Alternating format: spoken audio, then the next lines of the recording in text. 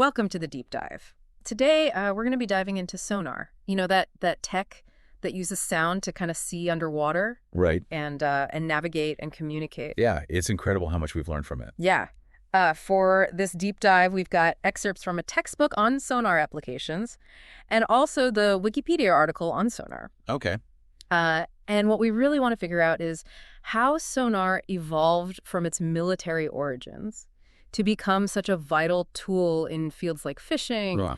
and navigation and even scientific research. We might even touch on how it could be used to explore oceans on other planets. Oh, wow. So that's kind of the big picture here. I mean, it really is remarkable how sonar has kind of opened up a whole new world to us. Yeah. A world that's largely hidden from view. Right. Yeah. So, okay, let's start with the basics. I think most people, when they hear sonar, they think of submarines. Yeah. But it actually has a much longer history than that. Absolutely. Right. Yeah, the earliest record we have of a sonar-like device goes all the way back to 1490. Leonardo da Vinci. Yes, that Leonardo da Vinci used a tube placed in water to listen for approaching ships. I mean, Talk about a visionary. what a genius. That's wild. So when did sonar really start to take off? Like, when did it become... Like a lot of technologies, its development was really accelerated by war. Okay. In the early 20th century, the threat of submarine warfare, particularly during World War I, Right. led to the development of something called ASDAQ, which stands for Allied Submarine Detection Investigation Committee. Okay. It was a crucial step in countering the German U-boats. So sonar became like a key tool in naval warfare. Absolutely. But those early sonar systems were pretty basic.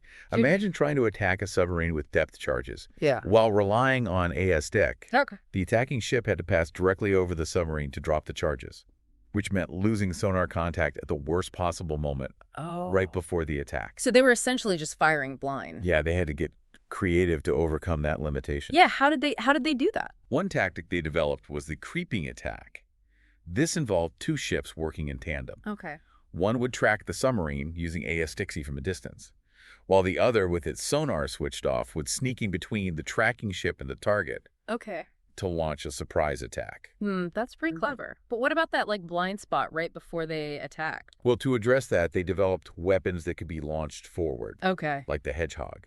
Instead of dropping depth charges directly overhead, the Hedgehog launched a spread of bombs ahead of the ship. It was kind of like a spiky underwater grenade. Oh, wow. Allowed them to stay on target while maintaining sonar contact. So it seems like necessity is the mother of invention. I know World War II also played a significant role in pushing sonar technology forward. It did. What were some of the key advancements during that era? World War II was a period of intense competition, Yeah. particularly between the U.S. and Japan. In sonar development, Oh, wow. they were essentially in a sonar arms race, each side trying to outdo the other. Right. And this led to breakthroughs in the development of transducers, Okay. which are the devices that convert electrical energy into sound waves and vice versa. The sources mention different types of transducers, like Yeah. piezoelectric crystals and magnetostrictive materials. Right. Can you explain those a bit more? Sure. Piezoelectric materials like quartz crystals generate an electrical charge when they're compressed or vibrated. And conversely, applying an electrical charge to them causes them to change shape. Okay. So this property makes them ideal for converting electrical signals into sound waves and back again. So by applying electrical pulses to these crystals, they could create the sound waves needed for sonar. Exactly. Now, magnetostrictive materials like nickel work a bit differently. Oh, okay. They change shape in response to a magnetic field. So by using an electromagnet, you can make a nickel rod expand and contract, generating sound waves. So there were two competing technologies, essentially. Did one eventually win out? Well, it's not that simple. Both technologies had their strengths and weaknesses. For example, piezoelectric Rochelle salt crystals had excellent properties for sonar, but the magnetostrictive units, while less sensitive, were far more reliable. Interesting. Ironically, early in the war, the U.S. suffered significant losses to their merchant shipping due to limitations of their sonar, which heavily relied on those Rochelle salt crystals. Oh, so the technology they thought was superior actually ended up kind of backfiring on them? Exactly. It's a good lesson that reliability is just as crucial as performance. Right.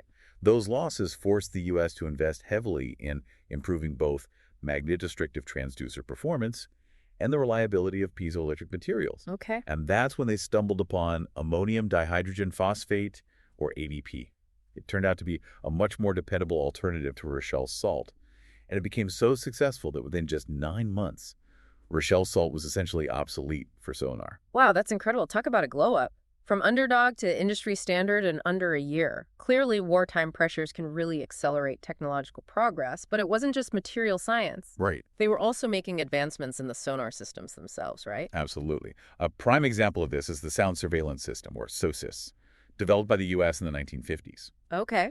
This was a network of passive sonar arrays designed for long-range detection of submarines, particularly Soviet submarines during the Cold War. So even when there wasn't active fighting, sonar was playing this critical role in global security. Absolutely. I imagine those Cold War sonar systems were very hush-hush. They were top secret. Okay. In fact, SOSUS remained classified until 1991, Wow.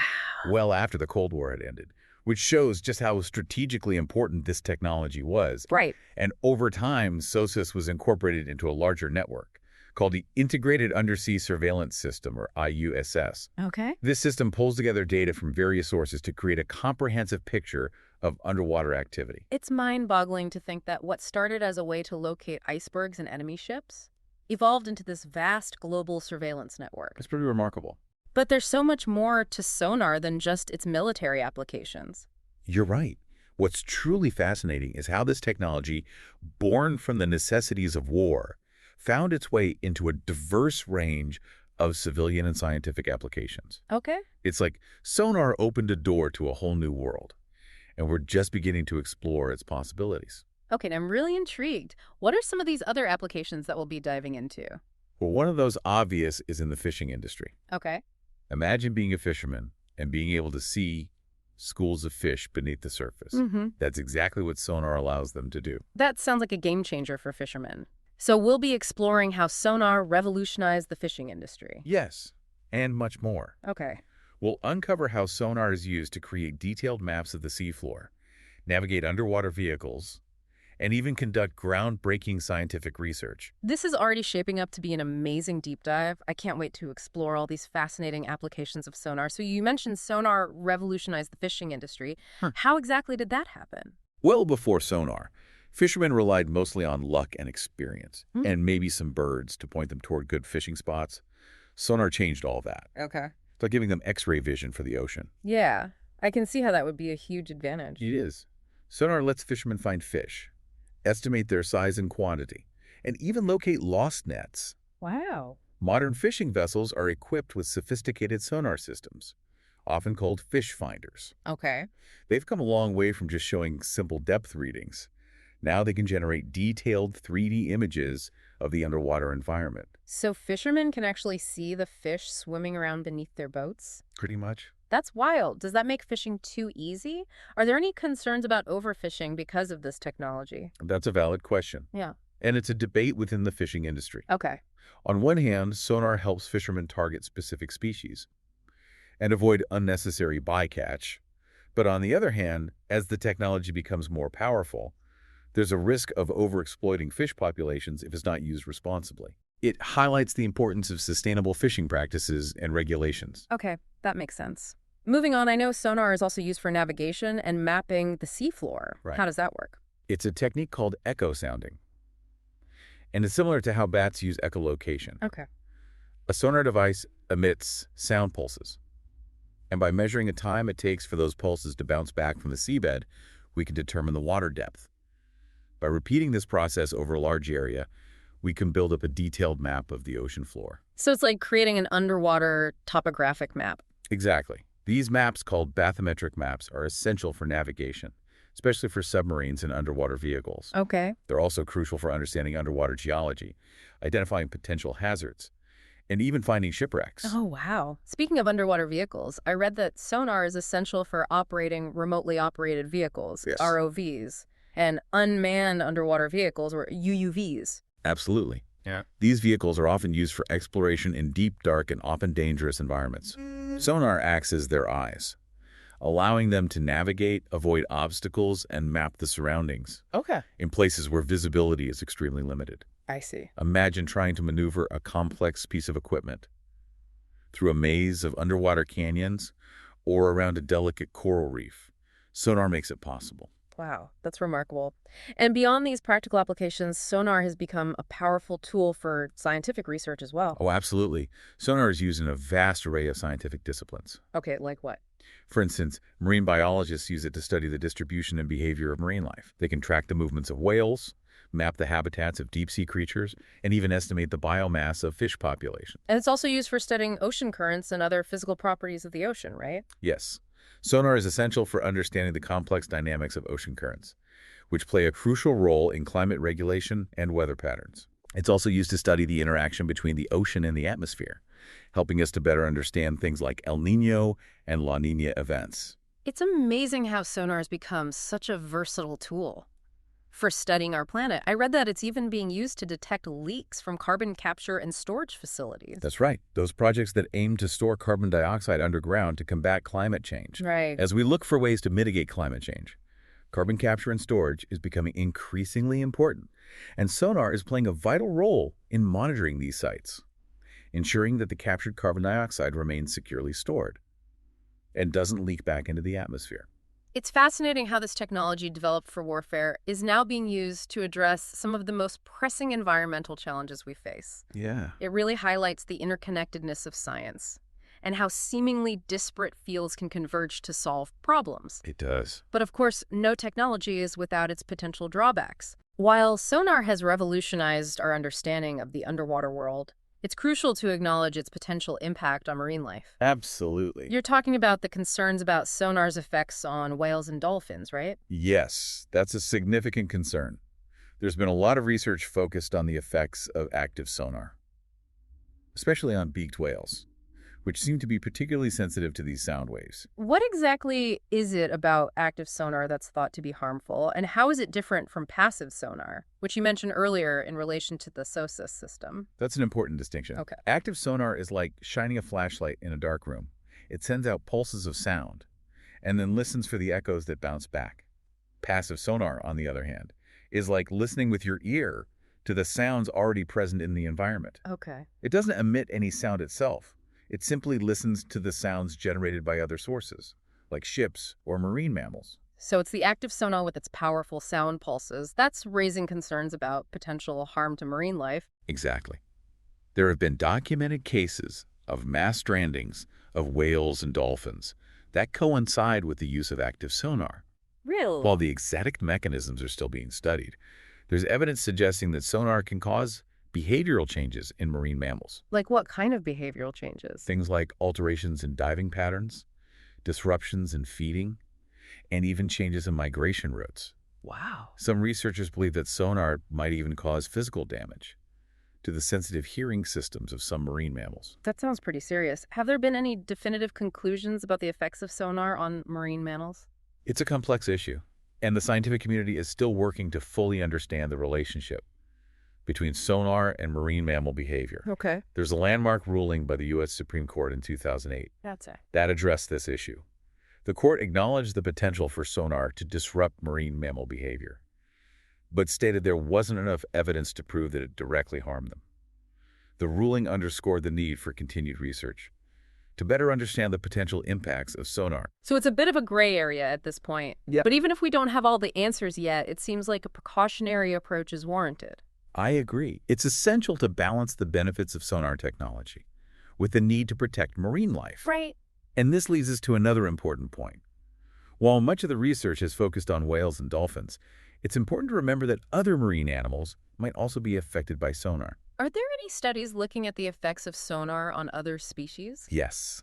Some studies have shown that sonar can affect fish as well. For example, research has found that low-frequency sonar might cause temporary changes in the hearing thresholds of some fish species. That makes sense after all. Many fish rely on sound for communication Yeah. and navigation and finding food. Right. So even temporary changes in their hearing could disrupt their behavior. Precisely.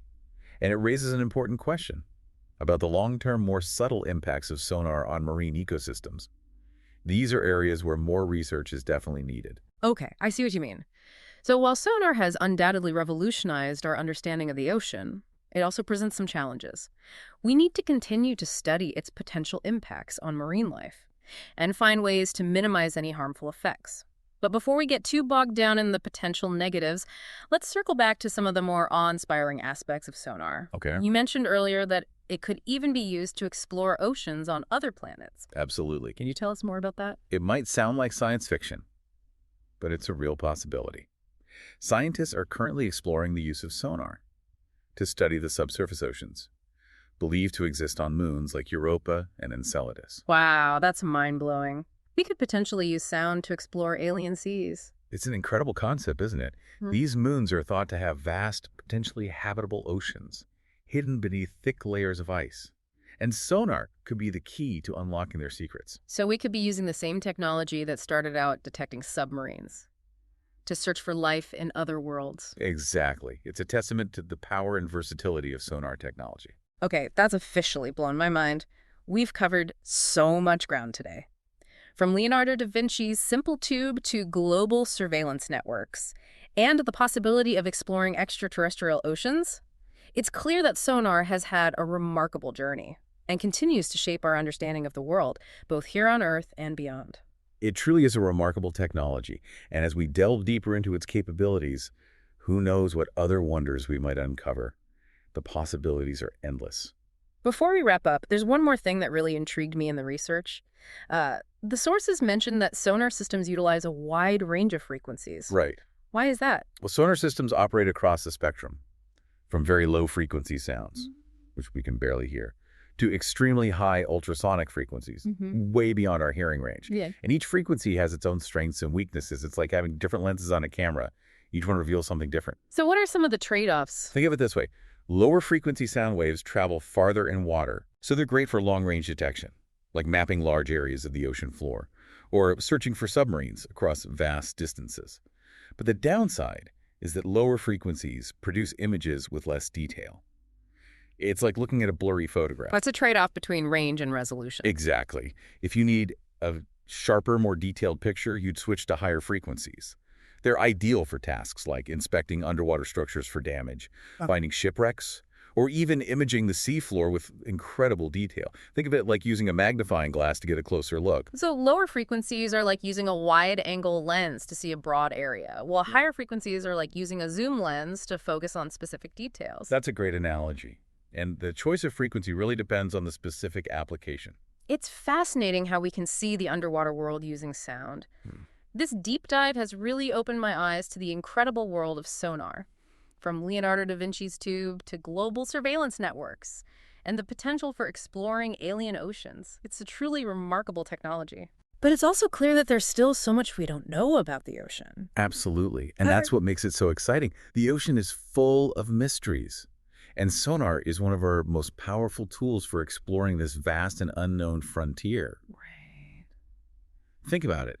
Sound travels very differently in water than it does in air. What might we discover by listening to the underwater world in new ways? What secrets might the ocean reveal if we just learn to listen? It's a thought-provoking question. It seems like every time we answer a question about the ocean, it just leads to more questions. That's the beauty of scientific exploration. It's an ongoing journey of discovery, and sonar is helping us navigate this uncharted territory, revealing a world that was once hidden from our view. This has been an incredible deep dive. Thanks for joining us on this exploration of sonar. We encourage you to continue learning about this fascinating technology and all the wonders it's revealing about our planet and beyond. Happy diving!